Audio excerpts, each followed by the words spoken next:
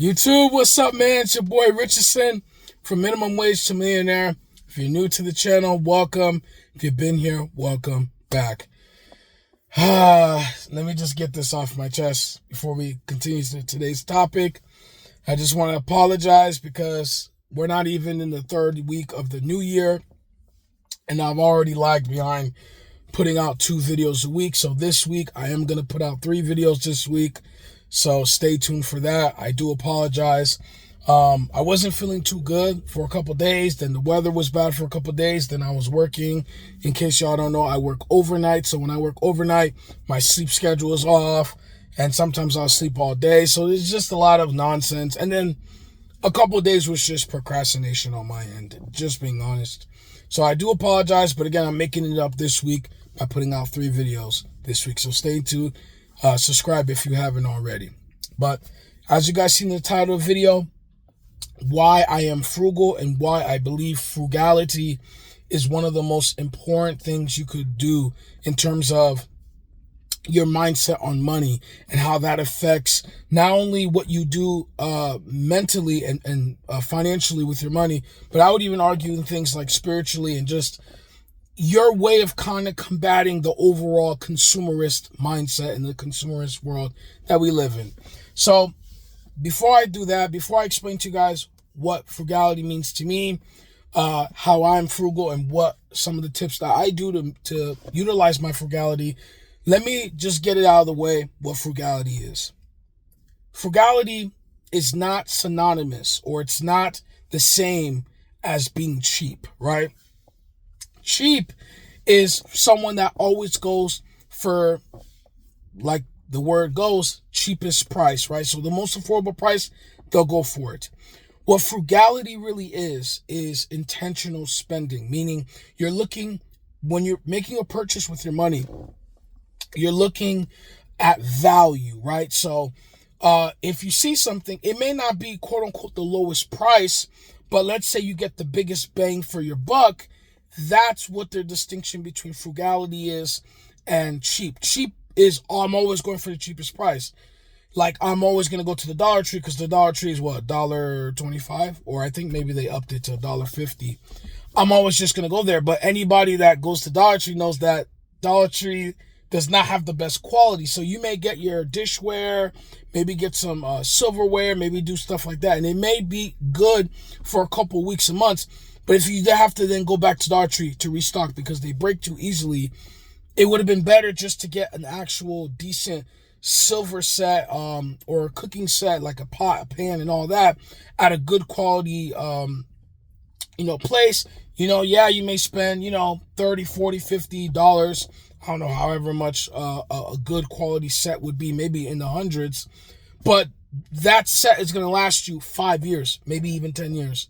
If you take care of it good enough, which is really, really great. And you'll realize that over the long run, that will be better for you. So that's the distinction between someone who's a cheapskate and someone who is frugal. Some of the wealthiest people on the planet are some of the most frugal, right? So I just wanted to break that distinction up front. So why I am frugal? I am frugal because in the journey of becoming a minimum wage worker to a millionaire, and I would even argue maybe that's not your goal. Maybe your goal is just overall financial independence. You have to learn how to break the consumerist mindset that the world kind of teaches you, which is, hey, anytime you feel sad, anytime you feel bad, anytime you want something, just go buy it, right? Just buy it, buy.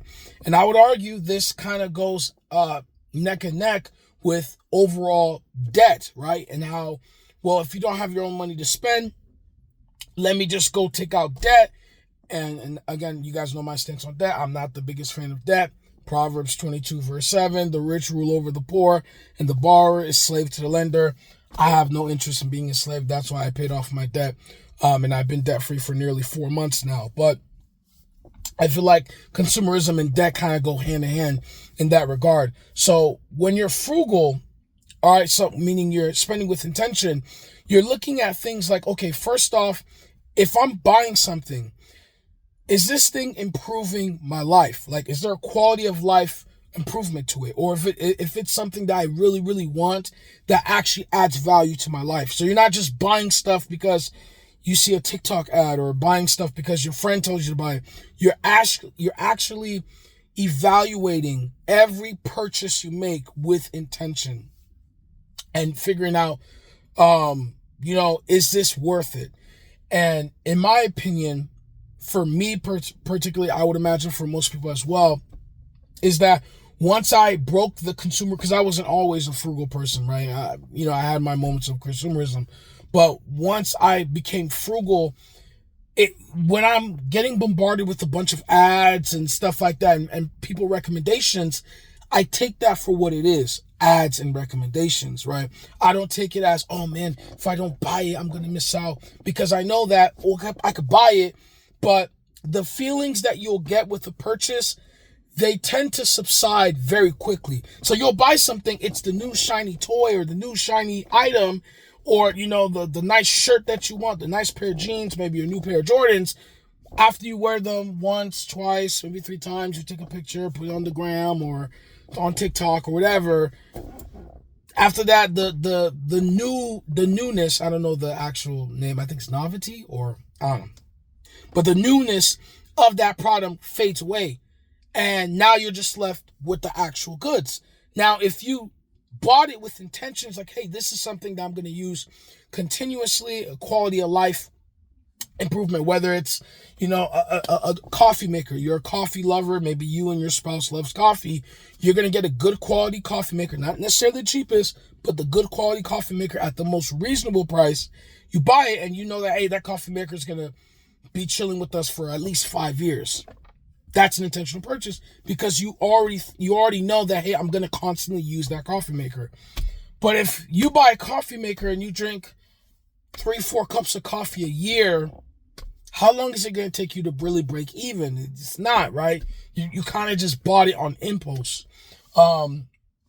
So that's what I want to say about frugality in terms of why I am frugal, is because I want to just kind of be in more control of my spending, and why, I feel like it's important to get that well taken care of and under control, and not just constantly mindlessly consumed. I've been frugal. Even when I was in debt, I kind of started adopting a frugal mindset, and I will do a follow-up video on minimalism because I am a minimalist. But I would say probably 3-4 years ago, that's when it really started to dawn on me, because I was just buying stuff that I really didn't need. I have a couple pair of Jordans here or there. I wear, well, there's one pair I probably wear every couple weeks, but besides that, there's some of my shoes are just kind of just clogging up my space. And it really is a bit disappointing when I see that, because it's just I know that I didn't spend with intention on those purchases, and it really boggled me. And it was just little by little, and then of course walking with Christ and coming to faith as a Christian, and realizing that, as human beings, we tend to think that we need everything new. We need everything right now. We need everything, to fit in and stuff. But you realize that you really don't, right? In fact, the more stuff you buy with that mindset, just blindly without any intention, the more empty you kind of feel. You just kind of feel because it's you bought this stuff for a reason, and now it doesn't even fit the reason why you buy it, and you're just sitting there, you're just left stuck. And I don't know, as I get older, I guess call it wisdom, call it just growing up, call it the frontal cortex finally being fully developed for a couple years, I just realized it's not really worth it. And I have a tendency where some people may call me cheap because even when it comes to maybe a little bit too much information, but okay.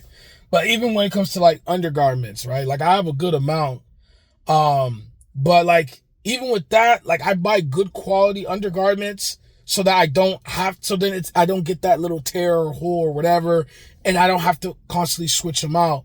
And sometimes people are like, oh, you can never go wrong with having too much undergarments, and there's truth to that, obviously, but at some point, once I have like 2-3 weeks worth of undergarments, I mean, do I need more? It's just, I don't know, just it for me, it just becomes excessive, right? And I do laundry like every 2 to 3 weeks, so it's like that works for me. So yeah, that's just kind of my mindset. I know I'm kind of just rambling and jumbling on, but that's kind of how I slowly but surely became more of a frugal person, and I actually enjoy frugality. And the last thing I want to say is that there was a quote that the richest, I don't know who to credit to, but the wealthiest man or the wealthiest person is not the one who makes the most money.